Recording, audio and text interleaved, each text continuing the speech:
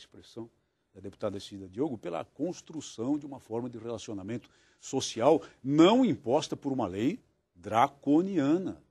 Esta lei é uma lei draconiana e é uma lei que vai causar apartheid social. Eu repito, é uma lei que viola até mesmo a liberdade de expressão. Um dado apresentado pelo Michel, por exemplo, foi da discriminação praticada por religiosos. Bem, que discriminação é essa? Certamente, na ótica dos grupos homossexuais, é o padre, o pastor, o líder espiritual que apresenta à sua comunidade o ensino religioso à questão da homossexualidade. Ele tem o direito de fazê-lo. Nós não podemos coibir o líder espiritual, o líder religioso, de fazê-lo, não podemos amordaçá-lo. Essa pressão que existe hoje sobre o homossexual é uma pressão que vem de tempos bíblicos, pressão religiosa. No Velho Testamento, se sabe lá da situação de Sodoma e Gomorra. Naquela época da dualidade, Deus, diabo, feio, bonito, rico, pobre, preto, branco, certo? Ou era homem ou é mulher, hoje se sabe que tem um terceiro sexo. Existe um terceiro sexo. Então é preciso que a sociedade encare isso com mais amabilidade, digamos assim. É uma lei draconiana, é uma lei que não atingirá a sua finalidade e piorará o relacionamento social entre as pessoas homossexuais e aquelas que têm um modo de vida, digamos assim, convencional, um modo de vida, digamos assim, normal, tido como normal. Portanto, ela não vai causar benefício. Uma lei é boa se ela trouxer benefício. Essa lei causará malefícios ao conjunto, porque é discriminatória às avessas, e às próprias pessoas que se pretende proteger e não serão protegidas. Tá. Ninguém morre porque joga bola mal. Eu nunca sofri nenhuma violência porque eu jogo bola mal. Eu jogo bola muito mal. Se eu for jogar bola comigo, você vai constatar que eu jogo muito mal. Eu nunca apanhei porque eu jogo bola mal, né? Mas gays, lésbicas, travestis, transexuais morrem porque são gays, porque são transexual, porque são travestis. Eles são impedidos diariamente de frequentar um shopping de mão dada, né? Outra, eu nunca vi nenhum casal hétero em nenhum bar seria impedido de se beijar em um bar. Nunca vi um gerente chegar para um casal hétero e falar assim, olha, por favor, não demonstrem um afeto aqui dentro.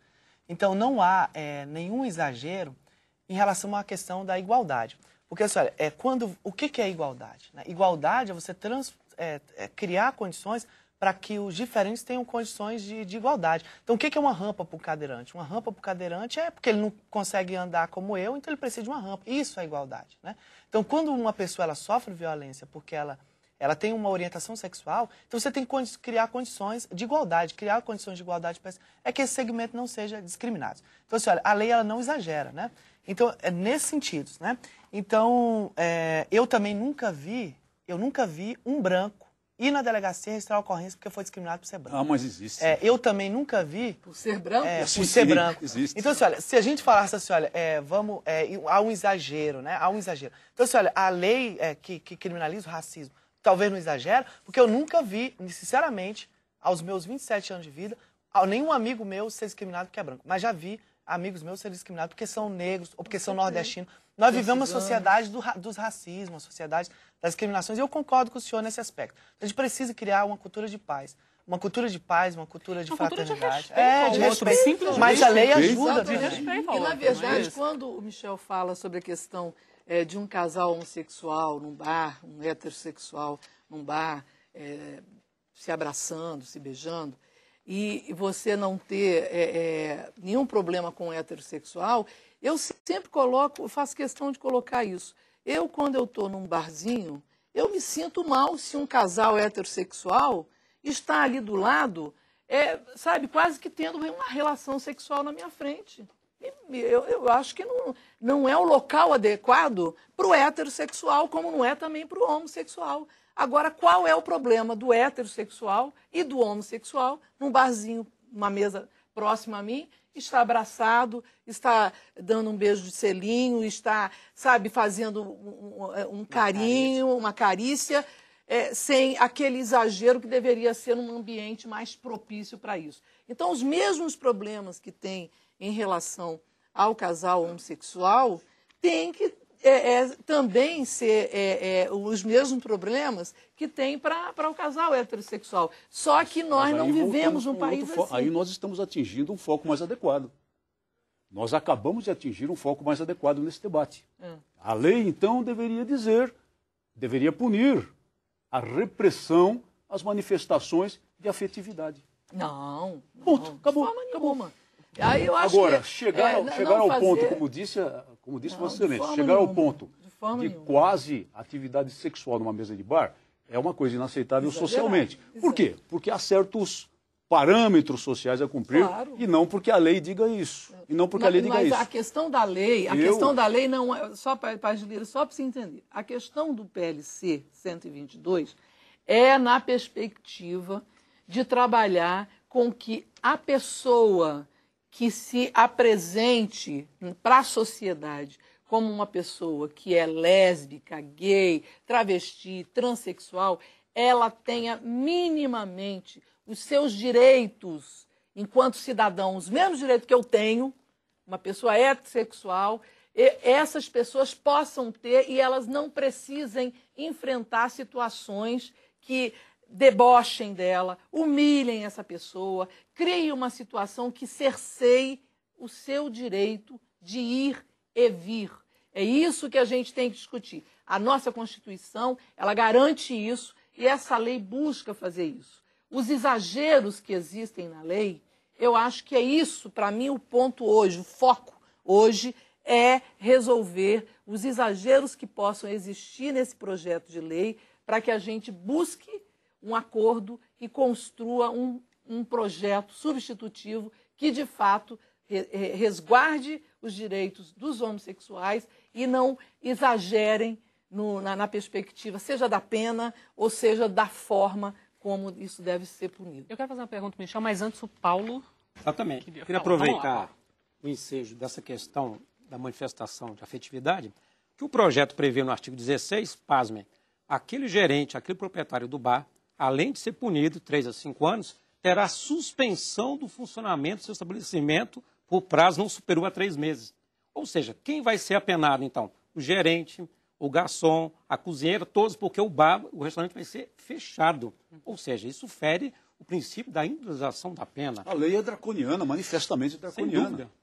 Eu acho que draconiana é exagero como os exageros que tem na lei, entendeu? Eu acho que a lei é correta, o projeto de lei é correto. A solução está na lei comum. Então, vamos acabar com a Lei CAO?